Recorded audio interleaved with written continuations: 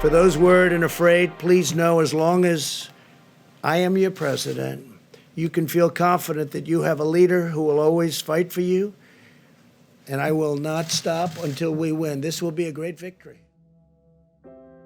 Last night, President Trump announced that he would be deploying the National Guard to 3 states that have been impacted by the coronavirus. He's also declared national emergencies in those states. It's California, Washington State, and New York, which frees up additional resources from the federal government for them as they combat the virus.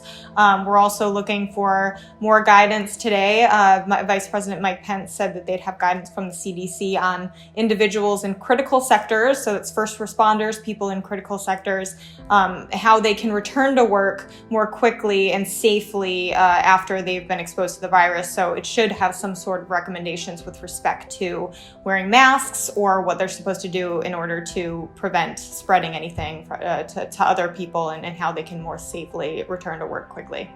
Most of the health officials have said it makes more sense to have state-by-state officials decide whether or not they should kind of lock down an entire area or, order certain businesses to close.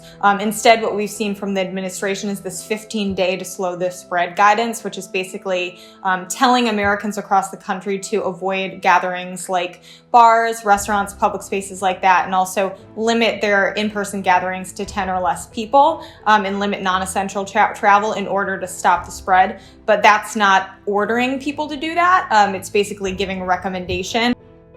You had a call with Senator Schumer. He says you've now agreed to invoke the Defense Production Act to actually make those medical supplies that hospitals say are in severe shortage. So 2 questions. Is that what you're doing now? It is. I did it yesterday. We invoked it, I think, the day before. We signed it the evening of the day before.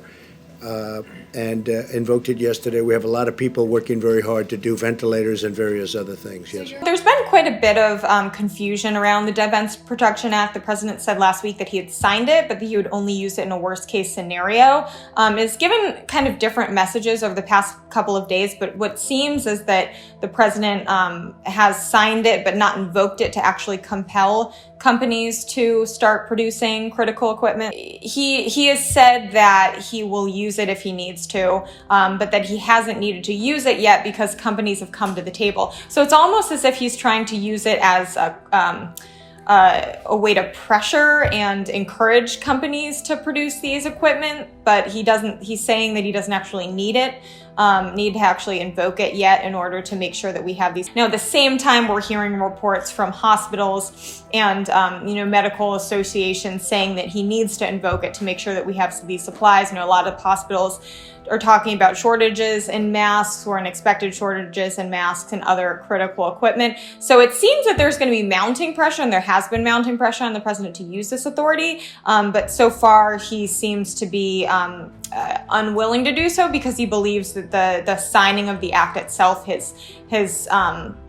compelled companies enough to start producing equipment without him actually needed to use it. We cannot wait until people start really dying in large numbers to start production, especially of more complicated equipment like ventilators and hospital beds. We need to start this production right now to get ready for the surge that is coming in 2 to 3 weeks.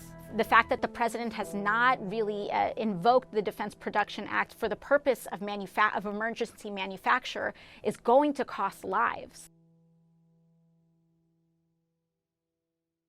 Publics tend to rally around their presidents in a time of national emergency, and it's something that we've observed in many situations, we certainly saw a powerful rally after 9/11, but we've seen it historically many, many times before that when a president takes a decisive action.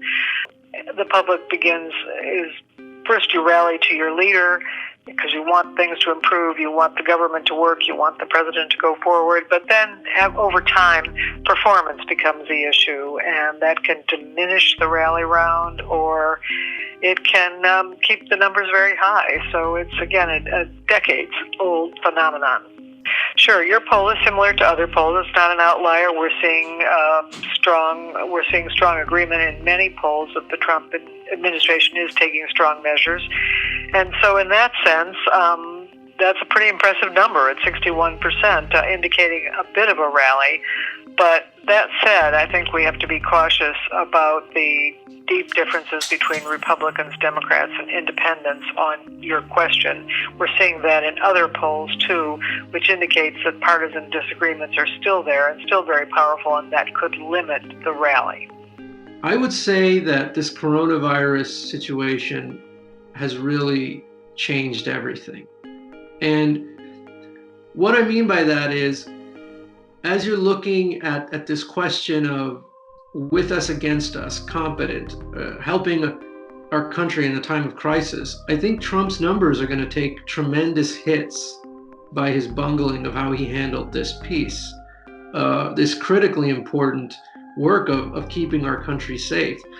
And I say that because the economy is his strongest leg to stand on right now. And, the next unemployment numbers come out on early April.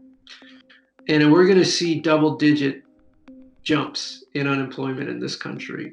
And a lot of that can be attributed to the fact that his administration did not take the coronavirus risk seriously. Do you have a series of timelines where you have the president sort of dismissing the seriousness of this? You have the president talking about, it's going to be gone in a couple of weeks. Well, it's not. I'm currently giving you this interview right now in the basement of my home.